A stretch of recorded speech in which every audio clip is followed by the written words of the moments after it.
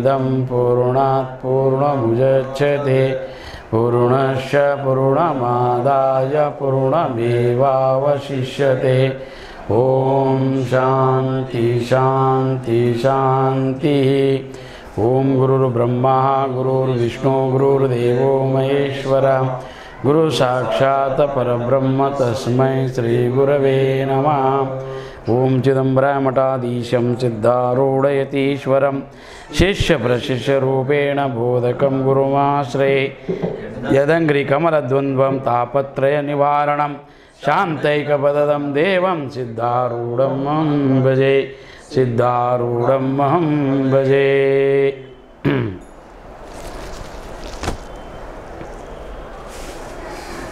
शिव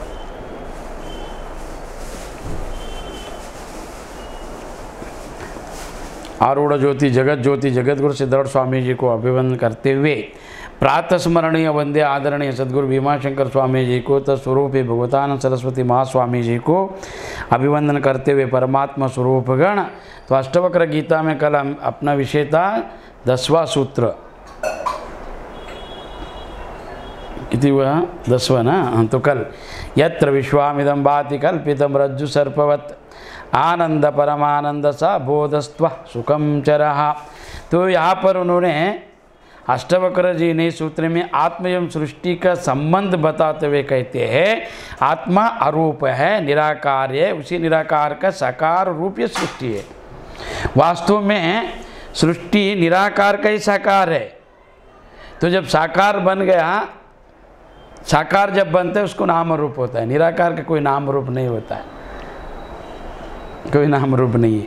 तो इसके लिए उन्होंने सृष्टि का संबंध बताने के लिए उन्होंने एक दृष्टांत लिया, विश्वामिदं भाति कल्पितम रज्जु सर्पवत्।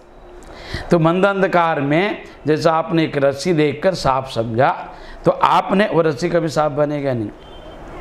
और आपने बनाया आपके मन का, आपको दिखाई दे रहा है रस्सी है मगर सांप दिखाई दे रहा है, दिख रहा है सांप, सांप जैसा दिखा उसमें क्या है नाम रूप आ गया।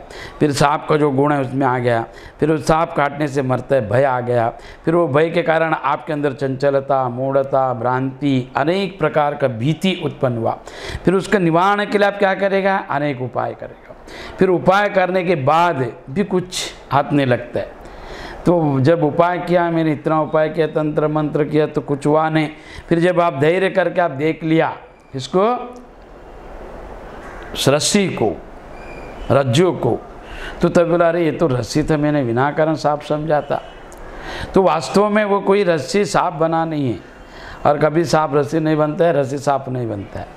जैसा यथार्थ रूप से जो है वो वैसे रहेगा। तो आकार जो है निराकार का साकार रूप है सृष्टि है। तो निराकार ही ये सृष्टि है, साकार बना है, निराकार ही साकार बने। कैसा, बीज में वृक्ष अव्यक्त है, बीज में जो है वही वृक्ष में बनेगा, मगर वृक्ष बीज अलग दिखता है। जब बीज में जो है वही व्यक्त होता है, वो अव्यक्तता बीज में वृक्ष, मगर जो बीज में जो ये वही आएगा।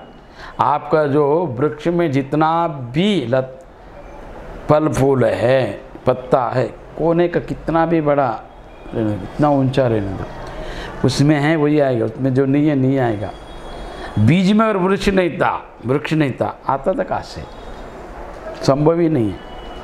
जो है वही आएगा, पर उसमें था वही था, वो वृक्ष ही बीज है, उसमें था अलग हो जाएगा, वही है, वो वृक्ष ही बीज है, दूसरा कुछ भी नहीं है। मगर उसने व्यक्त किया है, व्यक्त करने से नाम रूप आ गया। फिर वो नाम रूप आप देखकर उसको सृष्टि माना आपने, तो वो बांधता है आपको। तो इसके लिए तो जो जान लिया कि ये रज्जु सर्पवत जो है कल्पित है, तो ऐसे उन्होंने सृष्टि के संबंध, आकार बनाते व बिगड़ते हैं किंतु मूल तत्व वही रहता है। तो अभी सोने का आभरण, आपने सोना का बिस्किट लिया तो उसमें से आभरण बनाया आपने, तो आपको अच्छे नहीं लगा, फिर से आप बिगड़ दिया। तो सोना तो मूल तत्व है, आभरण नहीं था, पहले नहीं था, तो बिना उसमें व्यक्तता अव्यक्तता उसमें सोने में, फिर आपने बनाया प्रकट हो गया, फिर आपको नहीं चाहिए, फिर आप प्रकट हो गया। तो ये जो बनता है वो बिगड़ता, जो आया है वो जाएगा। मगर निराकार ही इसका साकार सृष्टि का आधार है, दूसरा नहीं है। समझा क्या नहीं पता नहीं, ठीक है। एक गर्भवती स्त्री है, गर्भधारणा होने के बाद 9 महीने के बाद वो जन्मता है, उसको प्रसूति होता है, तो तब उसमें नाम और रूप दिखता है। तो आप पीछे जाओ, 1 महीना पहला, 1 महीने का जो गर्भ में नाम रूप था, कोई आकार था? कोई आकार नहीं था। फिर आकार नहीं था तो आकार बन गए ना, तो निराकारी आकार बने ना। तो पहला था क्या गर्भ में अंदर? नहीं ऐसा है क्या? अगर नहीं रहता था बनता था कैसा? है करके बना है, नहीं तो बन नहीं सकता है। नहीं तो कोई बन नहीं सकता, जो नहीं है कोई उत्पत्ति नहीं कर सकता। जो है व्यक्त होने से सृष्टि कहलाता है, अव्यक्त होने से परमात्मा कहलाता है। साकार बन गया, नाम रूप आ गया, उसको क्रिया है, फिर उसमें व्यापार है आकार में। निराकार में कोई व्यापार नहीं है कि उसको कोई गुण ही नहीं है। तो जैसा एक गर्भ का मैं उदाहरण दिया, जैसा अभी जन्म लिया 9 महीने के बाद, तो उसको बोला जाता हाँ ये लड़का है, लड़की है, काला है, गोरा है, अच्छा है, सुंदर है, 1 किलो है, 2 किलो है, तो साकार है ना। बोले 1 महीना पहला वो गर्भ में आप जाके देखो, जब क्या था उसमें, पीछे आ जाओ, कुछ भी नहीं था। बोले उससे पहले कहा था वो बीज के रूप में पिता के अंदर था, तो बीज में कौन? वही है करके आया ना, अन्यथा कहाँ से आता था? तो इसके लिए निराकारी ही साकार रूप सृष्टि है। आकार बनते हैं और बिगड़ते हैं। आकार जो है बनता है, बिगड़ते, मूल तत्व बिगड़ता नहीं। स्वर्ण से जितना आभूषण बना है वो गला सकता आप, मूल तत्व जो स्वर्ण है वही रहता है, वो कभी बिगड़ता नहीं। जो मानते हैं बिगड़ते हैं वे अनित्य शाश्वत नहीं, और जो बनता है बिगड़ता है वो अनित्य है, शाश्वत नहीं है। जो बनता है बिगड़, जो आया है जाएगा तो वो शाश्वत नहीं, अशाश्वत है, वो अनित्य, नित्य वस्तु नहीं है। और शाश्वत वही है, शाश्वत जो है वो बनता नहीं बिगड़ता नहीं, इसके लिए उसका नाम है आत्म तत्व, अमर तत्व, ज्ञान तत्व, परमात्मा। वो कभी बिगड़ता नहीं, वो बना ही नहीं, बिगड़ेगा कहाँ से? जो जन्मा ही नहीं तो बिगड़ने मरने के सवाल ही नहीं है। तो अध्यात्म में इसी अनित्य को ब्रह्म कहा है। और ये अनित्य पदार्थ जो शाश्वत नहीं है, जो बना है बिगड़ता है, जो जन्मा है मरेगा, तो उसको शाश्वत मानकर उसके ऊपर जो मोह रखता है, ममत्व अमत्व जो रखता है, उसका नाम है भ्रांति। वो बना है, वो आया एक दिन जाएगा, ये आज दिखाई देते कल नहीं रहेगा, इसीलिए इसका सहारा लेना ही भ्रांति है। इसके ऊपर सहारा, इसका सहारा मांगना ही भ्रांति है, जड़ है। ये क्या सहयोग करेगा आपको? ज्ञान अज्ञान ये नहीं जानता है। और इसके लिए मूर्खतापूर्ण विषय है क्या कि देह को अपना मानकर उसके ऊपर मोह रखना मूर्खतापूर्ण है। तो फिर ये अष्टावक्र कहते हैं कि सृष्टि रस्सी में जिस प्रकार काल्पित सर्प भासता है, वैसे ही सर्प के समान दिखाई देता है। तो रस्सी सर्प के जैसा दिखाई दिया आपको, ऐसा ये सृष्टि भी आपको नाम और रूप से दिखाई देता है, वास्तव में नहीं है, निर्गुणी है। नाम और रूप क्रिया नहीं है, केवल भासता है वो। और वो नाम और रूप क्रिया के पीछे जो आधार है, मूलभूत जो तत्व निराकार है, वो निराकार तत्व आप है। आपके अंदर जो तत्व है वही सब में है, वही बना है, अलग नहीं बन सकता है। या अद्वैत सिद्धांत है, द्वैत नहीं। अद्वैत कहता है एकमेव अद्वितीयम ब्रह्म, हाँ ब्रह्म एक है, उसी का ही प्रगटीकरण है, उसका ही अभिव्यक्ति है जगत। ये बीच में आया है नाम और रूप, ये कल्पना है, भ्रांति है। रस्सी आपको देखा तो रस्सी के अज्ञान के कारण आपने सर्प का कल्पना किया, सर्प जैसा आ गया वैसे भीति आ गया, भय आ गया। फिर उसके निवारण के लिए आपने मंत्र यंत्र तंत्र का उपयोग किया, तप किया, जप किया, कुछ हुआ नहीं, कि उसके वो संबंध ही नहीं है उसके से।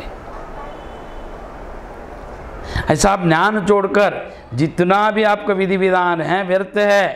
अज्ञान निवारण करने के लिए ज्ञान ही पर्याप्त है, ज्ञान के अलावा अन्य कोई उपाय नहीं है।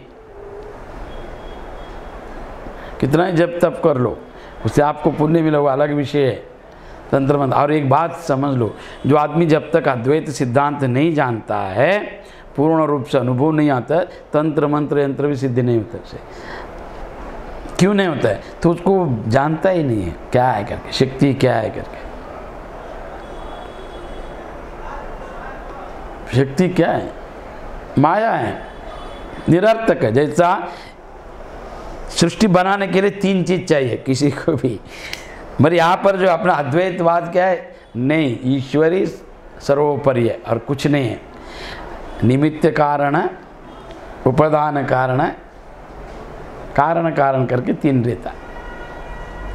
निमित्त जो होता है वो चैतन्य होता है, बनाने वाला जो बनाता है निमित्त। उपादान कारण जो होता है उसको सहयोग करने वाला वो चेतना नहीं होता है, जड़ होता है। मट्टी जड़ है और मट्टी कुंभार से अलग है। कुंभार चैतन्यवान है और उसको मट्टी से मटका बनाता है, आकार बनाया उसने। मैं उसको बनाने के लिए जल चाहिए, वो भी जड़ है। वो चक्र चाहिए, वो भी जड़ है। धागा, वो भी जड़ है। लकड़ी से घुमाते, वो भी जड़ है। निमित्त उपादान कारण, कारण कारण, कार्य कारण। कार्य क्या है? उसको प्रयोग। कार्य क्या हुआ? मटका बना, पानी भरने के लिए, पीने के लिए उपयोग में आता है। ये 3 चाहिए। वो चैतन्य से ही, जब चैतन्य व्यक्ति जो सजीव है वही व्यक्ति जड़ को हाथ लगाकर बना सकता है। मट्टी कभी मटका नहीं बनेगा, वो जड़ है। शरीर कभी शरीर बना ही नहीं सकता है, याद रखो। अच्छा सुनो वेदांत, इसके लिए मैं 1-1 श्लोक ले रहे हैं और 2-2 बार बोल रहा हूँ, 2-2 दिन। जड़ कुछ नहीं बनाएगा। अगर जड़ बनाता है तो आपका कहना है देह से मैंने भोग किया तो देह ने बनाया ना, एक बच्चा निकाल, नहीं, बच्चा उत्पत्ति किया, उसमें चैतन्य था, इसके लिए वो जड़ चैतन्य को उत्पत्ति किया, अन्यथा नहीं कर सकते। जो मृत्यु में पड़ा हुआ व्यक्ति, मरा हुआ व्यक्ति किसी को उत्पत्ति नहीं कर सकता है। वो किसी को देख नहीं सकते, बोल नहीं सकते, वो क्रिया क्या कर सकता है? चैतन्य उपादान है। इसके लिए अद्वैत सिद्धांत समझना कठिन है। बहुत गुरु लोग प्रवचन करता है और मेरे को बुलाता है, मैं प्रवचन करने के बाद उन लोग दूसरा बार नहीं बुलाते, कट, बस ईर्ष्या और कुछ भी नहीं। मेरा कहना है कि जैसा वैसे जानो, उनका कहना है कि जैसा हमने पढ़ा है बताओ। स्तुति नहीं चाहिए सर। उपादान अद्वैत सिद्धांत में क्या कहते हैं? देखो भ्रांति है जगत। अरे गुरुजी दिखाई देता है, शंकराचार्य ये सब दिखाई देते तो आप मिथ्या कैसा बोलते हैं? आपको जो दिखाई दे रहा है वो नाम और रूप क्रिया है, मगर वो साकार है। साकार के कारण दिखाई देते, मगर साकार को बनाने वाला निराकार आधार है, तो उसके अंदर छुपा है निराकार। उस निराकार को आप जानो, आया ये जाएगा, ये शाश्वत नहीं है, ये सत्य है, दिखाई देता है, मगर ये मिथ्य है, शाश्वत नहीं। शाश्वत जिसको अपने को पकड़ना है, मोक्ष प्राप्ति करना है, जो नित्य है, शाश्वत है, जो अनंत है, अनादि है, उसको पकड़ना है अपने को। ये अनादि नहीं है, ये जन्म से पहला नहीं था, मरने के बाद नहीं है, और जन्म से छोड़ो गर्भ में भी आकार नहीं था। अभी मैंने बताया 1 महीने का जो गर्भ रहता है, 2-3 महीने का, कुछ आकार नहीं है उसमें। 9 महीने के बाद जब जन्म लेता है उसमें दिखाई भी नहीं देगा आपको। वो डॉक्टर बताता अलग कि लड़का है लड़की, पर आपको तो दिखता नहीं। फिर जन्म लेने के बाद प्रसूति, जन्मना इन्हें देखना कि जैसा वो जन्म लिया तब माँ देखता है, हाँ लड़का लड़की भाई।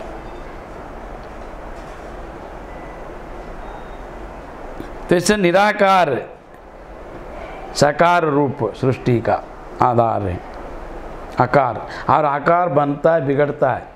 कोई आकार, जैसा शरीर पहला तभी है, प्रत्येक 7 साल में पूरा शरीर बदलता है, पूरा शरीर। 1 साल से 7 साल के अंदर जो रहता है शरीर, उसका पूर्ण परमाणु अणु पूरा अंदर का लिक्विड बदल जाता है। 7 साल में सब पूरा शरीर बदलता है। तो इसके लिए परिवर्तनशील है और वो अपरिवर्तनशील है। परमात्मा वो अचल है, नित्य है, शाश्वत है या अशाश्वत है। तो इसको अपन मानना कि ये मेरे को दिखाई देता है प्रत्यक्ष, इसके लिए सत्य मानूं। ठीक है, आपको दिखाई देता है, फिर जन्म से पहले किधर था? तो ये सत्य तो शाश्वत है, फिर रहना चाहिए हमेशा, रहता क्यों नहीं?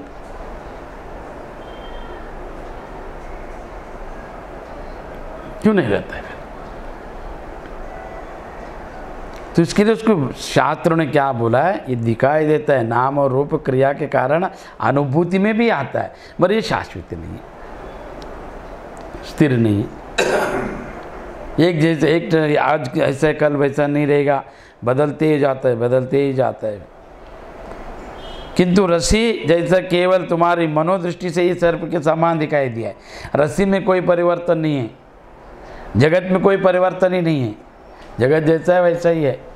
जितना बदलने वाला आप लोग, अब घर बदलो, चाहे महल बनाओ, चाहे 100 माले का बिल्डिंग बनाओ, वो आपका सृष्टि है। ब्रह्म सृष्टि में कोई ये नहीं, उन्होंने जो बनाया नियमबद्ध है। जैसा रस्सी कभी बदलता नहीं, तो आपका मनोसृष्टि से सर्प के समान दिखाई दे रहा है। जैसा है वैसा उसका ज्ञान तुम्हें नहीं है। जैसा रस्सी है वैसा तुमको ज्ञान नहीं है। अगर पहला ही तुमको रस्सी का ज्ञान होता, सर्प का भ्रांति नहीं होता आपको। सर्प का भ्रांति का कारण क्या है? जैसा है वैसा आप नहीं जानते रस्सी को, ऐसा ही जैसा है वैसा निर्गुण निराकार ब्रह्म को आप नहीं जानता है। इसके कारण आपको जो नहीं है, नाम और रूप क्रिया, वो दिखाई दे रहा है। जैसे अगर आप वैसे जानता था रस्सी को, फिर काल भय नहीं होता था, कोई भय नहीं है। पर जैसे वैसे नहीं जानने के कारण, अज्ञान के कारण आप उसमें सर्प का कल्पना किया। फिर सर्प का जैसे सर्प का कल्पना किया, सर्प आपको दिखाई दिया, तो आप आँख बंद करें तो भी आपके छाती पे बैठेगा। क्यों? आपने सृष्टि बना है, मनोसृष्टि हो गया, मन में बस गया आपका सर्प, फिर वो मानेगा नहीं। प्रत्यक्ष ज्ञान होना चाहिए आपको, तब आप मानेगा। तब आप क्या करेगा? उसको जाके देखेगा। जब तक वो दिखेगा नहीं आपको, पूर्ण रूप से मनोसृष्टि नष्ट नहीं होता है।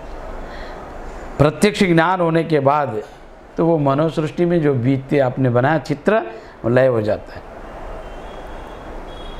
फिर पहला आपको उसका रस्सी का ज्ञान नहीं था, इसके कारण मंद अंधकार के कारण, अज्ञान के कारण सर्प का भ्रांति हुआ। तो सर्प का भ्रांति का उपाय आपने प्रत्यक्ष प्रकाश से देख लिया, तो सब समझ में आया, आपको जानने में आया। फिर आपने पहला जो उपाय किया था वो सब निरर्थक था। ऐसा ही अज्ञान के कारण आपको जो भ्रांति हुआ है मिथ्यत्व जगत का, तो वो आप जब ज्ञान आपको समझ में आ जाएगा, मैं ही, मेरा आत्मा ही परमात्मा है और वो निराकार है, वही साकार रूप में व्यक्त हुआ है, तो उससे अलग कुछ भी नहीं, मैं ही हूँ, बीजी वृक्ष है और कुछ भी नहीं है। दूसरा क्या उसमें? कुछ भी नहीं है। ऐसा जब जान लिया आप, तो मोह जो अज्ञान है वो नष्ट हो जाता है। ऐसा प्रत्येक अपने अपना सृष्टि बना लिया है। ये वेदांत भाषा आपको समझने के लिए मैं एक बात बोलूँ, वकील का वकील वकालत में जब बात करता है ना, उनका एक अपना एक भाषा रहता है। डॉक्टर लोग का अपना एक भाषा रहता है, इंजीनियर लोग का अपना एक भाषा रहता है, राजनीति लोग का अपना एक भाषा रहता है, चोर करने वाले चोरों लोग का एक भाषा रहता है।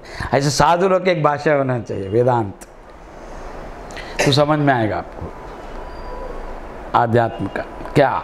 वेदांत का भाषा अलग होता है, नित्य अनित्य, शाश्वता शाश्वता, मिथ्या सत्य, भ्रांति अभ्रांति, तो ये सब समझ में आना चाहिए आपको। तो नित्य उसका श्रवण करने से आपको समझ में आएगा। अध्यात्म बोले तो क्या, अभी मैं बोल रहा हूँ कल्पना, कल्पना तो आप समझेंगे क्या है। विश्वमिदम, विश्व यानी जगत, भांति यानी ब्रह्म, कल्पना ब्रह्म, रज्जु यानी रस्सी, सर्प यानी सांप, सर्पवतः। तो जब आपको मानसिक जो सृष्टि हुआ है, आपका मनोराज्य ने सृष्टि बनाया आपने रस्सी में सर्प का, और जब प्रकाश से आप देख लिया तो आप आनंद हो जाता है। वो आनंद इतना रहता है कि परमानंद के जैसा लगता है कि मैंने बिना कारण डरा, कुछ भी नहीं था, बिना कारण मंत्र जाप तंत्र जाप किया, अरे सब झूठे, ये रस्सी सांप ही नहीं था। तो ऐसा जो भय निवारण होने के बाद यथार्थ जो बोध होता है, आनंद परमानंद स बोधस्त्व सुखाचरः, ये जनक, तो जब तेरे को आत्मज्ञान हो जाता है, वास्तव में सुखी हो जाता है, तो भ्रम दूर हो जाता है तुझे, फिर वो आनंद जो है परमानंद के समान लगता है। सा बोधस्त्वा सुखम चरः, और तू परमानंद बोध मतलब आत्मज्ञान, बोध यानी ज्ञान, वो ज्ञान जब आने के बाद आदमी को सुखी हो जाता है, नित्य सुखी, आत्मज्ञान परमानंद। तो आने के लिए क्या करना चाहिए, वो ज्ञान होने के लिए? तो 11वां सूत्र कहता है, मुक्त अभिमान मुक्तो ये बद्धो बद्ध अभिमानापि किवदंती ये सत्यम या मति स गतिर्भवेत्। तो यहाँ पर कहता है कि जैसा मति वैसा गति। तो पहला आपका अगर मुक्ति का अभिमानी है तो मुक्त है, तो जो विचार आप करते वही बन जाते हैं। कल का विचार आज है, गत जन्म का विचार ही आप ही है। अब ये शरीर क्या है, आपका विचार का ही स्वरूप है, नहीं तो क्या है, आपका विचार मन में आ गया, वो मन फिर क्रिया रूप से इस शरीर से करके लेता है, तद्रूप बन जाता है। और क्या नहीं, वो मन में अगर स्त्री का भावना किया तो चला जाता है वो स्त्री के पास, तद्रूप हो जाता है मन उसका। तो जैसा इसके लिए यहाँ पर क्या बोला है, देखो किसी को अभी रस्सी, अज्ञान में मंद अंधकार में रस्सी को सांप समझा, और कोई कालिदास तुलसीदास क्या समझा था पता है आपको? रस्सी को यहाँ पर सांप समझा था, वो सांप को रस्सी समझा था, अज्ञान। विचित्र है इस सूत्र में। जैसा मुक्ति का अभिमानी मुक्त है, मुक्ति का अभिमानी मतलब मुक्त का भाव जो रखता है, निश्चयात्मक भाव से मुक्त है, और बद्ध का अभिमानी बद्ध है, जो अपने को बंधन बांधा हुआ समझता है, वो बांधा है, उसको कोई छुड़ा नहीं सकता। यहाँ किदंती सत्य, और ये सत्य है, जैसा आपका मति है वैसा आपका गति होता है, जैसा मति वैसा गति। इसके ऊपर अनेक सूत्र है, अनेक दृष्टांत है। जैसा मति वैसा गति, जैसा मति वैसा ही गति होता है। यह आध्यात्मिक एक सूत्र है, बड़ा सूत्र है ये, और जानने जैसा है। तो यहाँ पर क्या बोला मालूम है, अंतमति सो गति ही, अंत यानी जैसा कृष्ण परमात्मा गीता में बोले, यम यम वापि स्मरण भावम तम तम कलेवरम। या अर्जुन अगर तू मुक्ति का अभिमानी है तो मुक्त हो जाएगा, बंधन का अभिमानी है तो बद्ध हो जाएगा। और ये दोनों को बनाने वाला कौन है? मनो एवं मनुष्यनम कारण बंध मोक्षया। तेरा मन ही है बंधन का कारण, मोक्ष का कारण। मन अगर जान लिया आत्मा को, परमात्मा बनेगा। मन अगर शरीर को पकड़ा तो भोग में जाके बंधन में गिर जाएगा। और ये अंतिम काल में आपको आना चाहिए। अभी दीक्षा लिए आप, अभी दीक्षा लेके कोई भी ध्यान करना नहीं चाहते, किसी को भी परमात्मा का लेन देन नहीं है, किसी को नहीं है। सबको क्या है? सुख, सुविधा, भोग, असत्य। जगत असत्य के ऊपर चल रहे और आप असत्य का ग्रहण कर रहे। ज्ञान का ग्रहण करता तो सबके अंदर विचार दृष्टि बदल जाता था। किसको चाहिए ज्ञान? खाली अभी सुनना है श्रावण मास में, बस इतना ही, उससे कोई लेन देन नहीं है। अगर एक भी सूत्र, एक भी वचन गुरु वो सब जाने तो वेदांत श्रवण मनन निधिध्यास रखो। गुरु जब हाथ रख के तत्व वही तो ऐसा बोल दिया शिष्य को, तक्षण बनना चाहिए वो, अगर उत्तम रहेगा। देखिए इधर इधर गुरु ने क्या बताया, वही तो है, वही परमात्मा तो है, वह गया। परमात्मा बनने के बाद फिर क्या चाहते रहते हैं उससे? परमात्मा सबको देता, और ये परमात्मा बन के भीख मांग रहे, किससे मांग रहे? परमात्मा ही सबको देता है। जब परमात्मा बनने के बाद फिर चाहत क्या है? सबसे बड़ा चाहत क्या मालूम है जगत में? मनुष्य को राष्ट्रपति बनना। और राष्ट्रपति भी 5 साल का है, प्रधानमंत्री, फिर कोई भी मंत्री, MP, पार्लियामेंट, सबको दिल्ली जाना है। दिल्ली जो MLA MP नगर सेवक के पीछे घूमने वाला भी नगर सेवक समझता है। तो उनके पास 4 आइडेंटिटी कार्ड है। बीजेपी अभी चल रहा है, बीजेपी, कांग्रेस वाला बीजेपी कभी बनेगा पता नहीं। और वो दोनों भी जो राजनेता होता है, लीडर, तो एक जगह बैठ के उन लोग दोनों भी चाय पिएगा, खाना खाएगा, MLA MP दोनों, कांग्रेस का, शिवसेना का, बीजेपी का, सब पार्लियामेंट में, मंत्रालय में कोई झगड़ा नहीं करेगा। उसका कार्यकर्ता बाहर झगड़ा करेगा, मेरा MLA बड़ा है, मेरा MP बड़ा है, मेरे नगर सेवक ने बहुत काम किया, तुम्हारा नहीं किया। कार्यकर्ता का भेद है, झगड़ा है। कोई राजनेता का भेद नहीं है, सब एक है। राजनेता कार्यकर्ता को लड़ाता है और अपना शक्ति प्रदर्शन करता है, और ये कार्यकर्ता लड़कर उनको MLA MP बनाते हैं, मगर निष्फल हो जाता है। इनको कोई प्राप्ति नहीं है, कोई प्राप्ति नहीं। तो सबको पहुंचना है दिल्ली, सबसे बड़ा अज्ञान महल दिल्ली। तो ये बताने के कार्य क्या है? जैसा आप सोचेगा वैसा बनेगा आप। सब राजनीति में कितना ये पता है आप लोग को? वो कभी दया करेगा आपको, कभी आपको क्रोध करेगा, कभी आपको दान देगा, कभी आपसे ले लेगा, कभी आपको स्तुति करेगा, सम्मान करेगा, कभी अपमान करेगा। एक जैसा रहता नहीं, जैसा जैसा उसका वातावरण बदल जाता है, एरिया का, स्थान का, वैसा वो बदल जाता है। वे राजकारण प्रत्येक व्यक्ति तो उनका जैसा उनके किस्से में आज कांग्रेस पीछे हुआ है तो बीजेपी शिवसेना, तो पहले उसमें मेंबर बनेगा, कार्ड रहेगा उसका।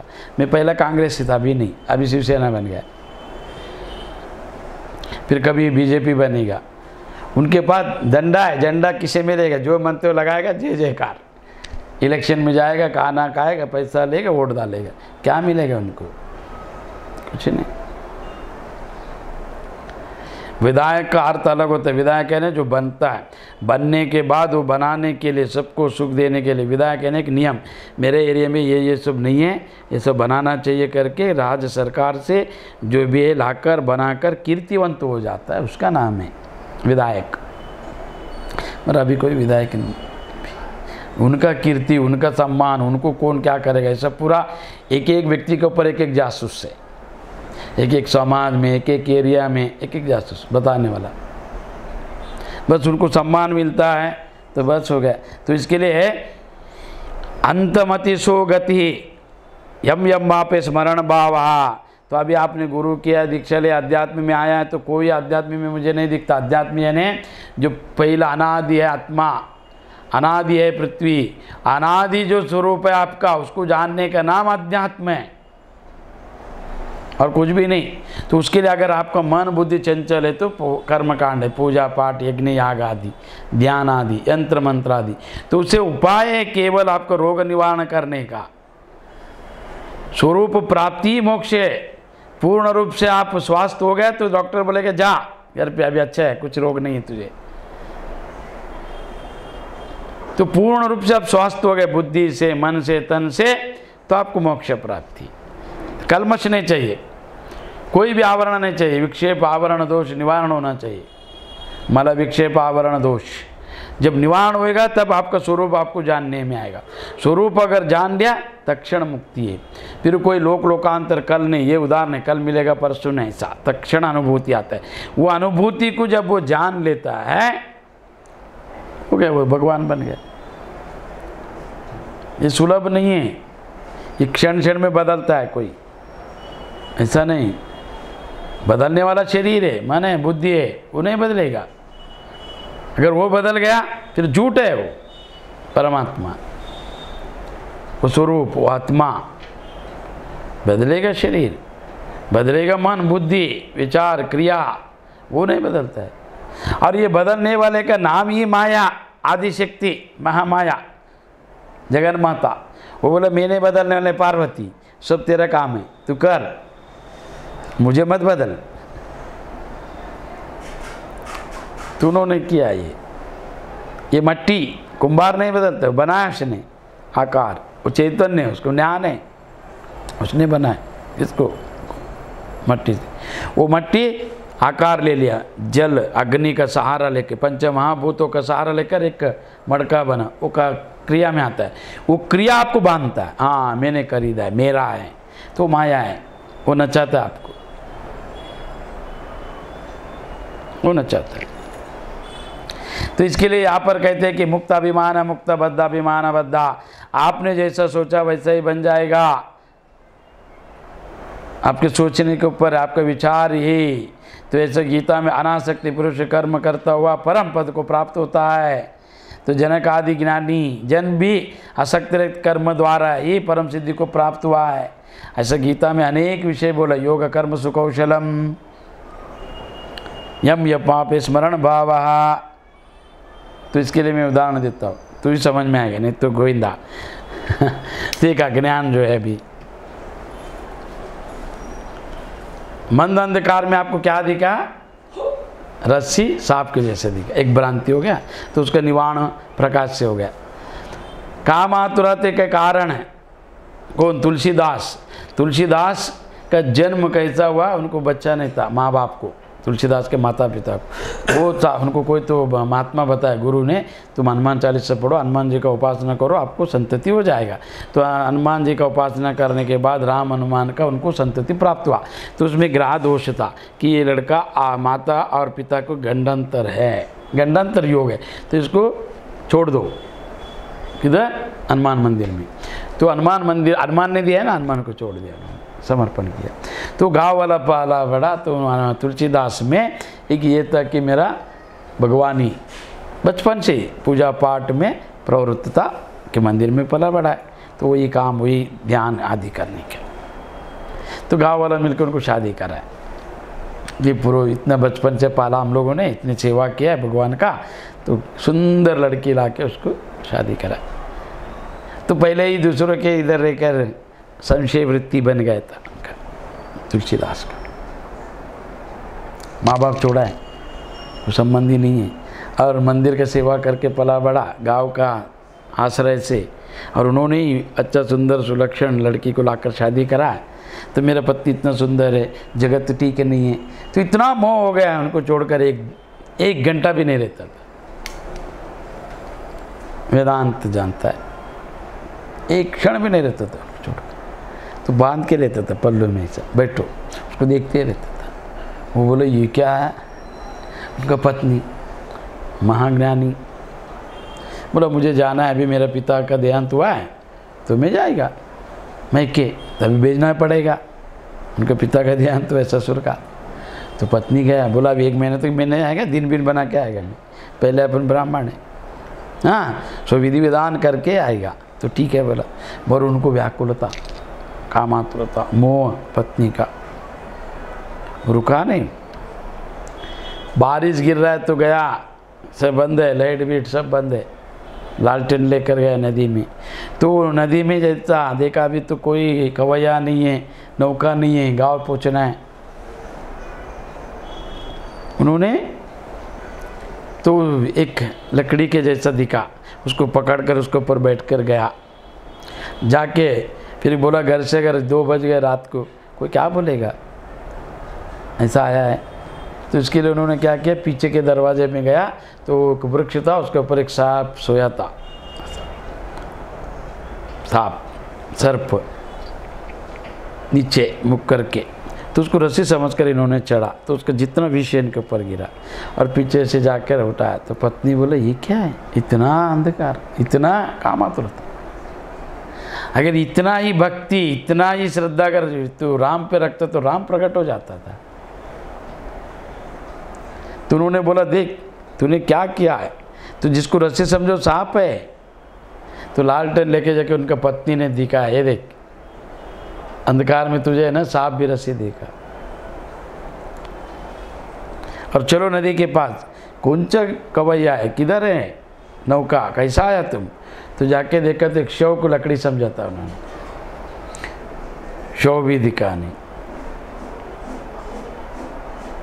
फिर उन्होंने बोला अरे, उनका पत्नी से उनको ज्ञान हो गया।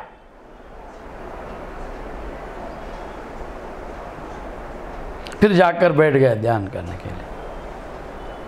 फिर हनुमान प्रसन्न हो गया। फिर हनुमान बोला, हनुमान को जब प्रसन्न कर ले तो राम प्राप्त हो गया। फिर उससे पहले उनको भूत प्रसन्न किया था, भूत ने हनुमान को मिला, हनुमान ने राम को मिला। फिर राम हनुमान ने उनका रक्षणा किया, हनुमान ने उनको प्रेरणा दिया, तभी उन्होंने रामायण को फिर से लिपिबद्ध किया, हिंदी में काव्यबद्ध किया। और हनुमान चालीसा, महावीर अष्टक, ऐसा अनेक उन्होंने ग्रंथ लिखा। तुलसीदास, ठीक है। तीसरा जड़ भरत, अपना भारत जिसके नाम से है, भारत देश जिनके नाम से जड़ भरत, उनके नाम भारत है। तो उन्होंने राजपाट सब करने के बाद वैभव प्राप्त किया, ज्ञान प्राप्त किया। बोला अभी मुझे नहीं चाहिए पत्नी, सब पुत्र मित्र को सबको शादी करके सबको बांट के दिए, तुम इधर रहो तुम इधर रहो, अभी मेरे पास आओ मत, मुझे ध्यान करके ब्रह्म ज्ञान प्राप्त करके मोक्ष प्राप्ति करना है, वनप्रास्थ ग्रहण करना है करके उन्होंने राजा भरत ने सब पत्नियों को बांटकर सब अपना और गुरुलोक से सम्मति लेकर विधि विधान सीखकर जंगल में बस गया वनप्रास्थ के लिए। तो रोज सुबह ध्यान करना, त्रिसंध्या करके स्वाध्याय करता था। तो एक दिन नदी के स्नान के लिए गया, तो वहाँ पर एक हिरण गर्भवती था।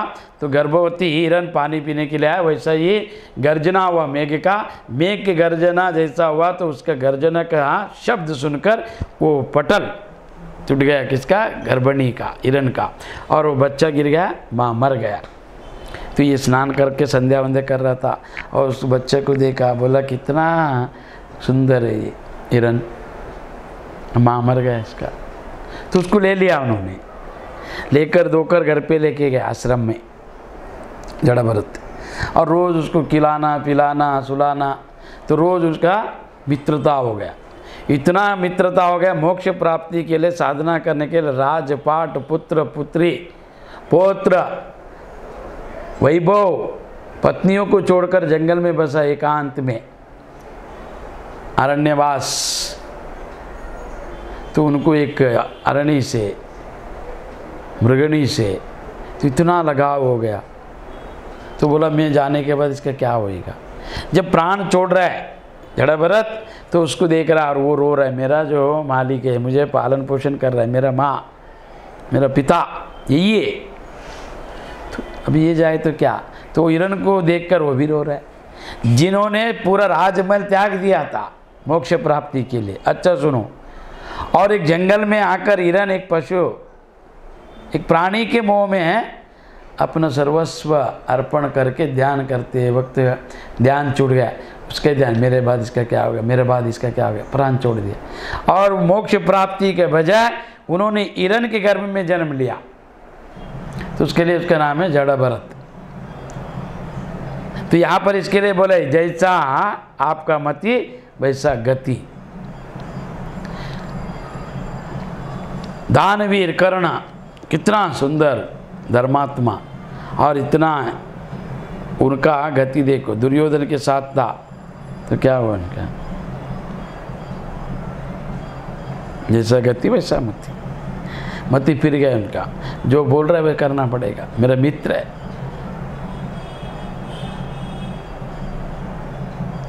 जैसा आप अगर ध्यान अंतिम में, तो आपको मंत्र ध्यान आना चाहिए।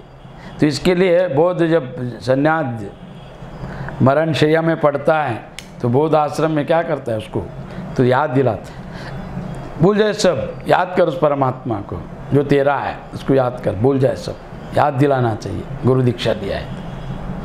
क्या पति पत्नी, इस जन्म में पति पत्नी, अगर आपके पास पैसा है, ऐश्वर्य है, वैभव है, तो वास्तविक है।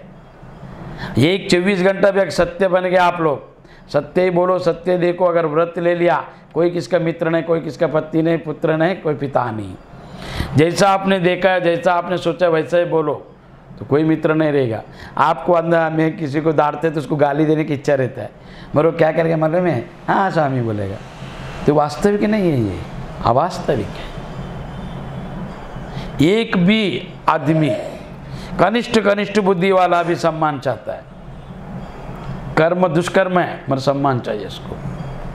रावण के जैसे कर्म कर रहा है और राम के जैसे सम्मान पाने की इच्छा करता है, तो उसको बोले तो गलत है, तो विरोध करेगा, विद्रोह करेगा, संबंध तोड़ देगा, बदला लेगा।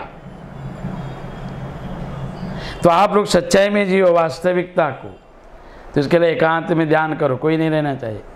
अभी का जन्म में आपका पुत्र और पत्नी है, सब मिला आपको। अगले जन्म कैसा है आपने बनाया, उसके लिए क्या प्रयत्न किया आपने, सत्य जानने के लिए क्या क्या किया आपने। नहीं, आपको कुछ होएगा डॉक्टर याद आएगा, या डॉक्टर से नहीं गया गुरु याद आएगा, और गुरु के पास आके क्या पहले सेवा, वो सेवा नहीं है आपका। आप काम करके लेने के लिए प्रोत्साहन कर रहे, एक गुरु को मना रहे, ऐसा नहीं होते शिष्य। कोई कार्य नहीं, कोई सकाम भावना ही नहीं रहना चाहिए। बस गुरु ने दिया है उससे सब होता है। ऐसा दृढ़ भावना रखकर मैं आत्मस्वरूप हूँ, मैं परमात्मा हूँ, कारण जनक प्रारब्ध के कारण सुख दुख है, भोगेगा मैं, ऐसा भावना करके जो चलेगा उसको कोई कर्म बांधता नहीं, कोई ना पाप ना पुण्य। तो इसके लिए ये पाप, ये पुण्य, ये रोग, ये शोक, ये क्या है, क्या ये सब। अध्यात्म में ऐसा अनेक उदाहरण हैं जिन्हें सिद्ध होता है कि कर्म बंधन नहीं है, कर्म किसको बांधता नहीं। कर्म क्या है, जड़ है वो, उसके प्रति जो आसक्ति है कर्म का प्रति, आपको कोई भोजन बांधता नहीं। आपके एक उदाहरण दे रहे हैं मैं, तो सब भोजन में रुचि रहता है, तो आपको वो रुचि जो है ना, आपको स्वाद वो बांधता है। भोजन करने वाला क्रिया किसको बांधता नहीं, वो कर्म है। मगर भोजन में जो आपका रुचि है, आपका जो स्वाद है, आपने जो अनुभव किया है, तो उसके लिए वो चाहत करता है। कर्म किसको बांधता नहीं, कर्म का आसक्ति बांधता है। तो कर्म का आसक्ति को त्याग कर आपको याद रहना चाहिए।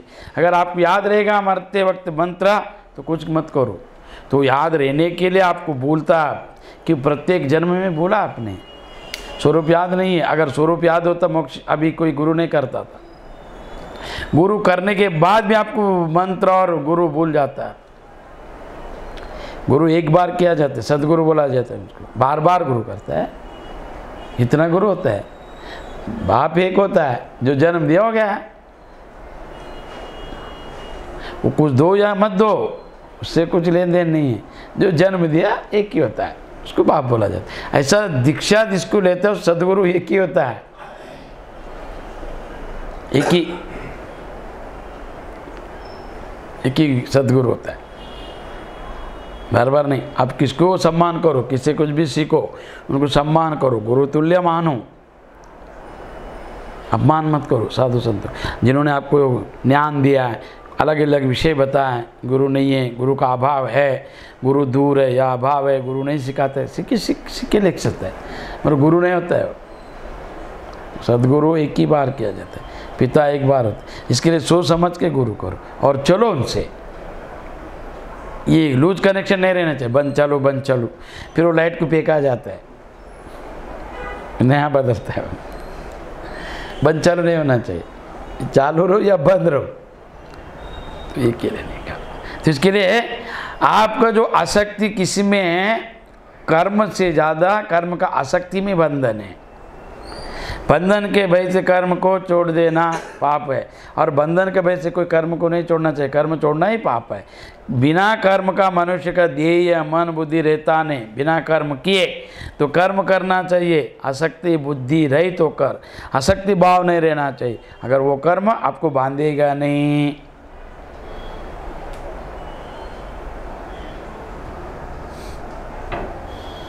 नहीं मानता। तो आप लोग निष्काम कर्म भी आपको बंधन मुक्ति नहीं कर सकता है। निष्काम कर्म आप में अंदर एक शुद्ध बुद्धि लाएगा। निष्काम कर्म फिर आसक्ति से दूर करेगा। तो निष्काम भी आपको मोक्ष नहीं दिलाएगा, निष्काम आपको शुद्ध करेगा, कि आपको प्रेरित करेगा, अधिकारी बनाएगा ज्ञान का। तो इसके लिए निष्काम रहना चाहिए। तो जो आदमी जैसा सोचता है वैसा बन जाता है। तो मैं मुक्त हूँ, तो अष्टवक्र कहते हैं कि मैं मुक्त हूँ, ऐसा जो मानता है वह मुक्त हो जाता है, और जो बंधन मानता है वो बद्ध हो जाता है। तो देखो जैसा एक जंगल में, सब छोड़ो, जंगल में बंदर पकड़ने के तो कैसा पकड़ेगा, कैसा पकड़ेगा उसको? तो उसको भोजन दिया जाता है, चना। तो एक डब्बा बनाया जाता है, डब्बा, उसमें सब सेंग भरता है चना, और 2 गोल बनाते हैं उसको। और वो जैसा वो चने को लेने के लिए बंदर जाता है, वो क्या करता है मालूम है? ऐसा चना को पकड़ता है अंदर, वो छोटा रहता हाथ जाते वक्त। जब चना पकड़ ले उसका मुट्ठी भर जाता है तो वो फंस जाता है। फिर वो कूदता है, रे मैं अटक गया, मैं फंस गया। वास्तव में फंसा है वो, उसने जो पकड़ा है देखो भोजन को, जिसमें इसका प्रिय है, जिसको इसका इच्छा है, उसको पकड़ा उसने चने को, तो वो मुट्ठी भर गया है, उन्हें बाहर नहीं निकल रहे। अगर वो चने जैसा डाला था हाथ उस रंध्र में, जैसा उसको प्रवेश किया था, अगर वैसा ही वो निकल लिया आ जाएगा। मगर उसको क्या चाहिए? चना भी चाहिए। तो उसके लिए क्या कर रहा है? दोनों वो डब्बा लेके नाच रहा है। तभी जाली में पकड़ के उसको पकड़ा जाता है बंदर को, फिर उसको मारा जाता है, फिर उसको सिखाया जाता है, हम जैसा बोलेगा सुनो, फिर वो नाचता है। वास्तव में वो समझा मैं बंधन में गिर गया, अभी इसके लिए बंधन में आ गया। अगर वो युक्ति करता था, वो चना को छोड़ देता था, उसका जो इच्छा है उसमें खाने का, उसको छोड़ के जैसा डाला वैसा ही अगर निकल लेता था, मुक्त हो जाता था। जैसा आप अगर मानता है बंधन है तो बंधन है, मुक्त है तो मुक्त है। तुम्हारी